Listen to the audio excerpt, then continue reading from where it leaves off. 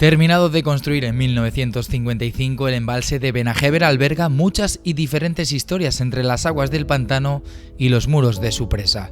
Entre la década de los años 30 y 40 del siglo pasado, cientos de vecinos se vieron obligados a hacer las maletas y abandonar sus hogares para que el Estado pudiera construir una infraestructura hidráulica estratégica que hoy en día asegura los riegos tradicionales del Turia y los nuevos regadíos de las comarcas de Can del Turia y Los Serranos. Mientras las aguas del río Turia inundaban los recuerdos de decenas de familias de Benajever, una colonia de trabajadores se asentaba en los alrededores y el esqueleto de la futura presa iba tomando forma. Pese a que la construcción del embalse comenzó en abril de 1932, el estallido de la Guerra Civil paralizó las obras durante varios años y su inauguración tuvo que esperar hasta 1952, aunque la entrada en funcionamiento real llegaría 3 años después. Más de 2 décadas de construcción que dejaron cientos de historias sumergidas bajo las aguas del embalse y otras tantas entre los muros de la presa. Y es que fueron muchas las manos que participaron en su construcción y que todavía hoy siguen olvidadas. Ricardo Piñón, historiador y trabajador de la Confederación Hidrográfica del Júcar, comenzó hace varios años una exhaustiva investigación sobre el destacamento penitenciario que se estableció en Benajever a principios de los años 40. Sus pesquisas le han permitido recuperar los nombres de más de 600 presos políticos que redimieron sus penas trabajando en la construcción del embalse. Historias que merecen ser contadas y, sobre todo, recordadas.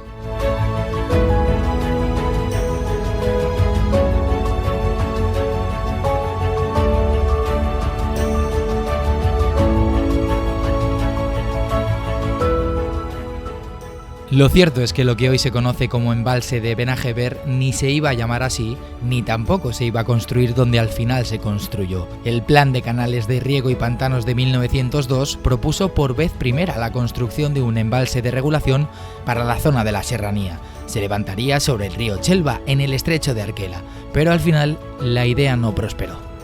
En el 1908 hizo un informe el ingeniero en el que desaconsejaba la construcción del embalse de Arquela y recomendaba que se construyese en Benajever sobre el río Turia. Y fue en 1912 donde se publica la Real Orden en la que ya se dice que se debe de abandonar la construcción del embalse de Arquela y su sustitución por el embalse de Benajever. El proyecto estuvo parado hasta 1926. Una disputa entre los regantes de la Vega del Turia y el Ayuntamiento de Valencia, a quien el gobierno concedió un incremento de la cantidad de agua que podía coger del Turia, rescató del olvido el proyecto del nuevo embalse de Benajever. Los regantes interpusieron un pleito al Ayuntamiento de Valencia y ese pleito al final se consiguió solucionar de forma pacífica en una reunión en la Plaza de Toros de Valencia el 31 de octubre de 1926. A partir de ahí deciden que se ha de impulsar la construcción del embalse de Benajever y esa misma noche sale un tren con una comisión de los regantes y al frente iba el gobernador civil de Valencia en aquella época. Sale en dirección a Madrid para entrevistarse con Miguel Primo de Rivera, con el presidente del gobierno, y pedirle que ordenase la construcción del embalse de Benajever. Y la petición prosperó. Un año después se publicó la orden a los servicios hidrográficos del Júcar para que retomasen los proyectos de regulación sobre el río Turia. Unos años después, el 6 de abril de 1932, comenzaban las obras del embalse de Benajever. Acude el gobierno, Niceto Alcalá Zamora como presidente de la República, Manuel Azaña como presidente del gobierno e Indalecio Prieto como ministro de Obras Públicas, y en un acto simbólico hacen estallar el primer bárreno. Se produce la primera voladura que da inicio a la construcción del embalse de Benajever.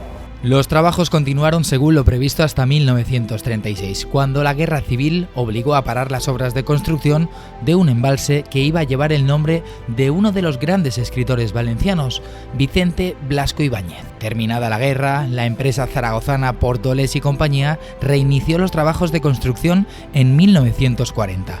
Un año después, la constructora remitió una solicitud al Patronato Central para la Redención de Penas que cambiaría la historia de un embalse que ya no llevaría el nombre de Blasco Ibáñez, sino el del Generalísimo. Portolés y Compañía solicita al Patronato Central para la Redención de Penas por el Trabajo el que le ceda presos trabajadores para ayudar en las obras.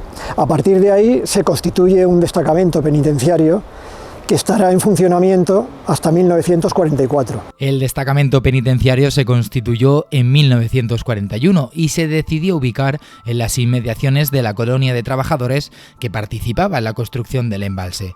Entre presos, trabajadores y los familiares de estos últimos, se calcula que el poblado llegó a contar con cerca de 1000 habitantes. El poblado de Benajever y en general los poblados que se constituían para la construcción de los grandes embalses eran núcleos de población muy superiores a los pueblos de alrededor, tanto en número de habitantes como en las instalaciones que tenían. Solía haber hospital cuando en los pueblos de alrededor no había hospital, en muchos casos había cines aparte de bar, de la cantina que hubiese. Como se puede ver en la imagen, el hospital y el economato, que compartían espacio con la casa de dirección de la empresa Portolés, se situaban en lo alto de la montaña, donde se ubicó la colonia de Benajever. En el lado opuesto de la colina, alejados del resto de servicios y de los trabajadores oficiales, residían los presos trabajadores. Estos dos barracones se habían construido para alojamiento de trabajadores con sus familias. Eran pequeñas viviendas de unos 30 metros cuadrados, separadas una de otra, que posteriormente, cuando ya se decide que se va a traer un destacamento penitenciario, son reformadas, se tiran los tabiques que separaban interiormente las viviendas y se hace un barracón común, con unas zonas de servicios y al fondo una zona habilitada como cocina. Los datos recabados en su investigación han llevado a Ricardo a cifrar en cerca de 600 las personas que pasaron por el destacamento penitenciario entre 1941 y 1944. Hasta Benajever llegaron desde diferentes puntos de la Comunidad Valenciana e incluso de otras regiones. Algunos solicitaron participar en la redención de penas y otros fueron obligados a participar, pero todos tenían algo en común. Eran todos presos políticos, aunque al final del sistema de redención de penas por el trabajo se abrió a los presos comunes, pero en la época del destacamento todos eran presos políticos.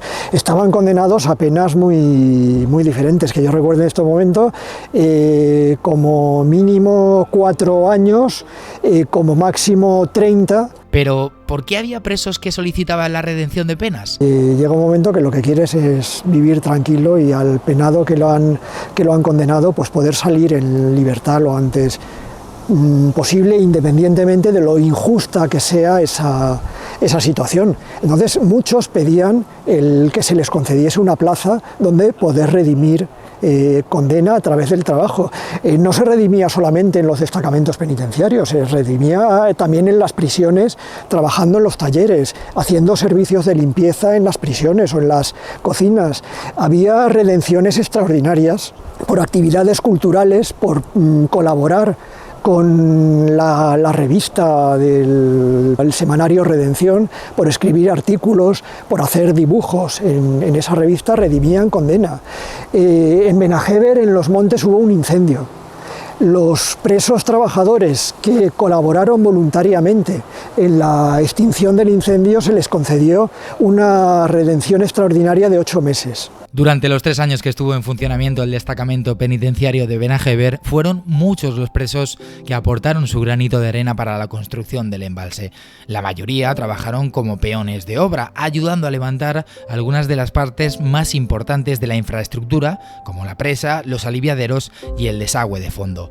Los presos más cualificados, en cambio, aportaron su conocimiento y experiencia en los talleres de las obras de construcción. Aquí había talleres tanto de mecánica para la reparación de los vehículos, pocos al principio, pero luego fueron llegando más pues para la reparación de los vehículos. Había talleres de carpintería, de electricidad y también había unas cuadras. El jefe de estos talleres fue Justo Martínez Amutio, uno de los presos más distinguidos del destacamento. Fue jefe de estos talleres, había sido durante la Guerra Civil gobernador de Albacete y organizó la industria de guerra en la zona de Valencia, y posteriormente en democracia fue senador por el Partido Socialista. Un interés por la política que siguió presente durante su estancia en Benajever y que permitió hacer crecer la resistencia en la sombra. Y se organizaban células políticas que luego tenían contacto con trabajadores libres, incluso con lo que era la guerrilla, que tenía campamentos por aquí cerca de esta zona, en concreto en los montes de Valdeserrilla. Actividad política que se intentaba llevar en secreto, aunque no era sencillo. Por otro lado, estaban vigilados. Aquí, igual que había esas células políticas, había también confidentes de la policía, y era frecuente visitas de policías de la Brigada Político-Social desde Valencia para controlar la situación aquí en el embalse de Benajever, y en concreto aquí en los talleres. Y es que las conversaciones sobre política eran frecuentes entre los presos trabajadores, más todavía cuando llegaban noticias positivas sobre la evolución de la Segunda Guerra Mundial. Se estaba muy pendiente de la marcha de la Segunda Guerra Mundial y de cómo eso podía afectar al régimen del general Franco.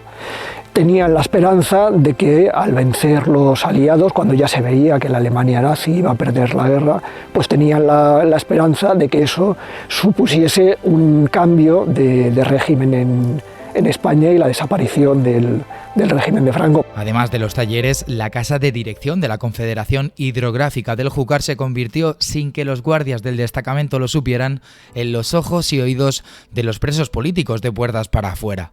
La ventana hacia el exterior se abrió gracias a Carlos Llorens, otro de los presos distinguidos de Benajever. Su profesión como arquitecto le permitió tener algo más de libertad que al resto, aunque fue su amistad con uno de los jefes de la Casa de la Confederación lo que le permitió conocer lo que estaba ocurriendo fuera de España.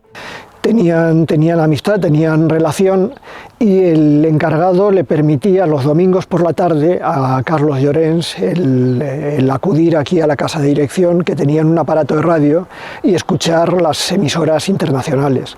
Entonces se le daba mucha importancia a las noticias de las emisoras extranjeras. Las noticias que se daban en España estaban muy controladas por el régimen de aquella época. Estábamos en plena Segunda Guerra Mundial y era muy importante el conocer cómo estaba marchando la guerra con una información más imparcial que la que se daba aquí en España. Las noticias del avance aliado sobre las tropas nazis llegaron hasta Benajever y la incertidumbre era palpable. De hecho, entre la primavera y el verano de 1944 se multiplicaron los intentos de fuga del destacamento penitenciario. El final del fascismo en Europa estaba cada vez más cerca y muchos confiaban en que ocurriera lo mismo en España. Una esperanza que se multiplicó cuando el 6 de octubre del 44 la guerrilla organizada por los comunistas impulsó una de las últimas tentativas contra el régimen franquista. Curiosamente, ese mismo día, el destacamento cerraría sus puertas para siempre. Cuando a primera hora de la mañana, según cuenta Carlos Llorens, desaparece el destacamento penitenciario. Vienen unos camiones de la Guardia Civil y se llevan sin previo aviso a los presos a la prisión de San Miguel de los Reyes en Valencia. Aquí pues se ve que por un lado pues este intento de invasión por parte de la guerrilla por los Pirineos, los contactos que se sabía que había entre la guerrilla establecida por aquí, por la zona, junto con los trabajadores, fuesen libres o fuesen presos. La marcha de la Segunda Guerra Mundial, pues todo esto hizo ver al régimen que ya no era buena idea el mantener el destacamento penitenciario de Benajever, y que era prioritario la estabilidad del régimen sobre los intereses de la empresa. Pese al cierre del destacamento, las obras continuaron según lo previsto y la presa fue ganando altura con el paso de los meses. El Turia fue llenando el embalse de forma progresiva y la fábrica de cemento, que casualmente comenzó a funcionar tras el cierre del destacamento, aceleró los trabajos de construcción. El embalse entró en funcionamiento en 1955 como Pantano del Generalísimo, pasando a denominarse Embalse de Benajever tras la muerte de Franco.